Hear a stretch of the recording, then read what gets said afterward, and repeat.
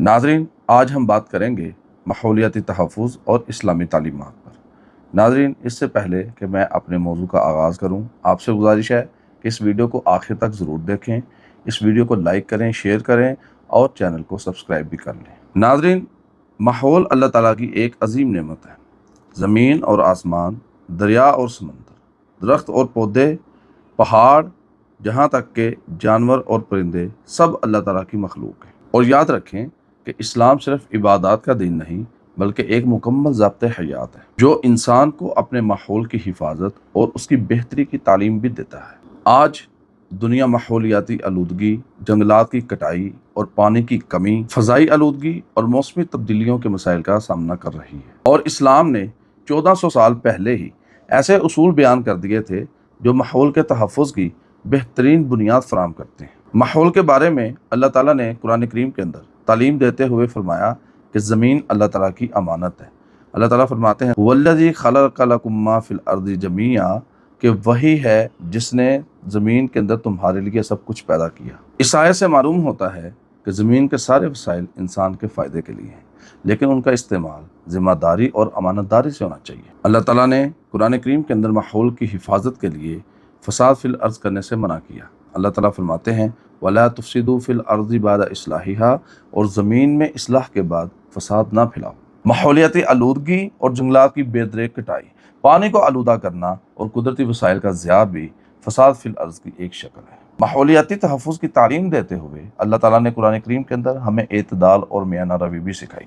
अल्लाह ताला फरमाते हैं वक़ूलू वशरबू वला तुसरिफ़ू इन्नहु ला युहिब्बुल मुसरिफ़ीन, और खाओ और पियो और इसराफ यानी ज़ाया ना करो, फजूल खर्ची ना करो, बेशक अल्लाह फजूल खर्ची करने वालों को पसंद नहीं करता। पानी, बिजली, खुराक और दीगर वसाइल का गैर ज़रूरी इस्तेमाल माहौल पर मनफी असरात डालता है और अल्लाह ताला फजूल खर्ची करने से हमें मना करते हैं। माहौलियाती तहफ़्फ़ुज़ की तालीमात देते हुए अल्लाह ताला ने कुरान करीम के अंदर कायनात के तवाज़ुन को भी बयान किया। फरमाते हैं वस्समाअ रफ़अहा व वज़अल मीज़ान, और अल्लाह ताला ने आसमान को बुलंद किया और उस पर तराजू कायम किया।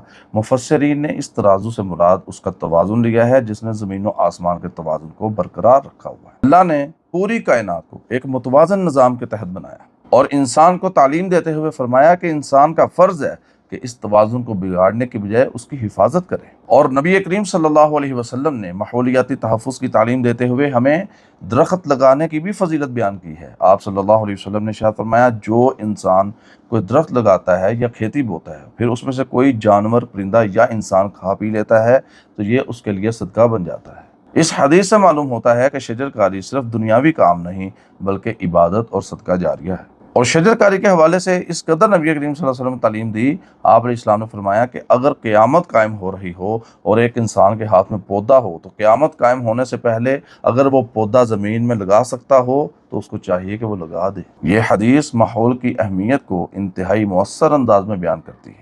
नाज़रीन, इस्लाम एक खूबसूरत और प्यारा दीन है। नबी करीम सल्लल्लाहु अलैहि वसल्लम की तालीमात में आपने पानी की हिफाजत की भी तालीम दी है। हमारे यहाँ गैर ज़रूरी पानी इस्तेमाल होता है, लोगों ने कभी कुरान और हदीस से रहनुमाई लेने की कोशिश ही नहीं की, लेकिन हमारा दीन इस कदर खूबसूरत है कि पानी के बेदरेग इस्तेमाल के हवाले से भी हमें तालीम दी गई है। हज़रत अब्दुल्लाह बिन उमर रज़ियल्लाहु अन्हु बयान करते हैं कि नबी करीम सल्लल्लाहु अलैहि वसल्लम एक दफ़ा हज़रत साद रज़ियल्लाहु अन्हु के पास से गुजरे। आप वज़ू कर रहे थे और पानी ज़्यादा इस्तेमाल कर रहे थे।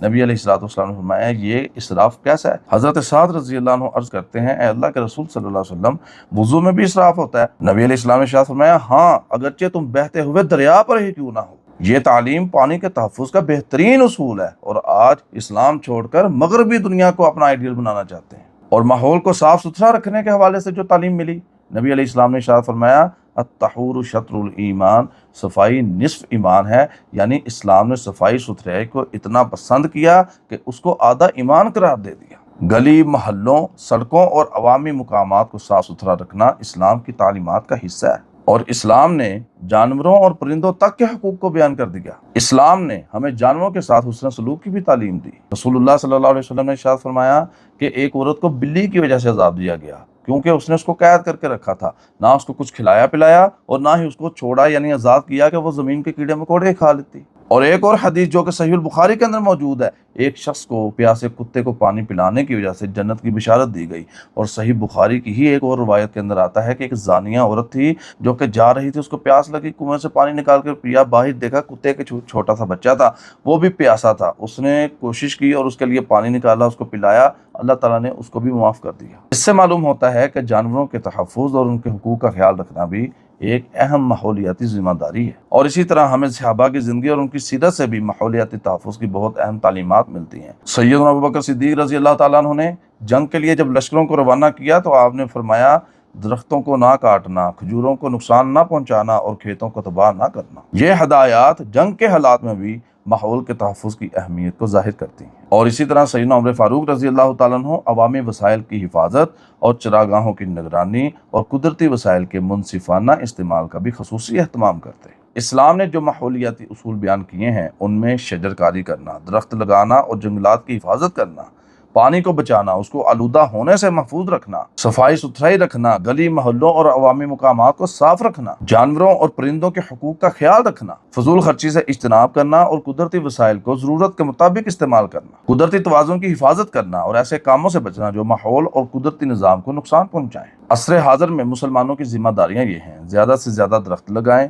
پانی اور بجلی کے ضیاع کو روکیں، پلاسٹک کے غیر ضروری استعمال سے بچیں، گندگی کو اس کے مقررہ جگہ پر پھینکیں، جانوروں اور پرندوں کے ساتھ رحم والا معاملہ کریں، بچوں میں ماحولیاتی شعور پیدا کریں، مساجد، مدارس اور تعلیمی اداروں میں ماحول دوست سرگرمیوں کو فروغ دیں۔ ناظرین، اسلام ماحول دوست دین ہے۔ قرآن و سنت انسان کو زمین کا ذمہ دار نگہبان بناتے ہیں، نہ کہ ان کا بے رحم استعمال کرنے والا۔ درخت لگانا، پانی بچانا، صفائی کا خیال رکھنا، جانوروں پر رحم کرنا اور قدرتی وسائل کا درست استعمال کرنا اسلامی تعلیمات کا حصہ ہے۔ اگر مسلمان قرآن و سنت کی ان تعلیمات پر عمل کریں تو نہ صرف ماحولیاتی مسائل میں کمی آ سکتی ہے بلکہ ایک صاف، صحت مند اور متوازن معاشرہ بھی وجود میں آ سکتا ہے۔ اللہ تعالیٰ ہمیں اپنی زمین کی حفاظت اور اس کی نعمتوں کی قدر کرنے کی توفیق عطا فرمائے۔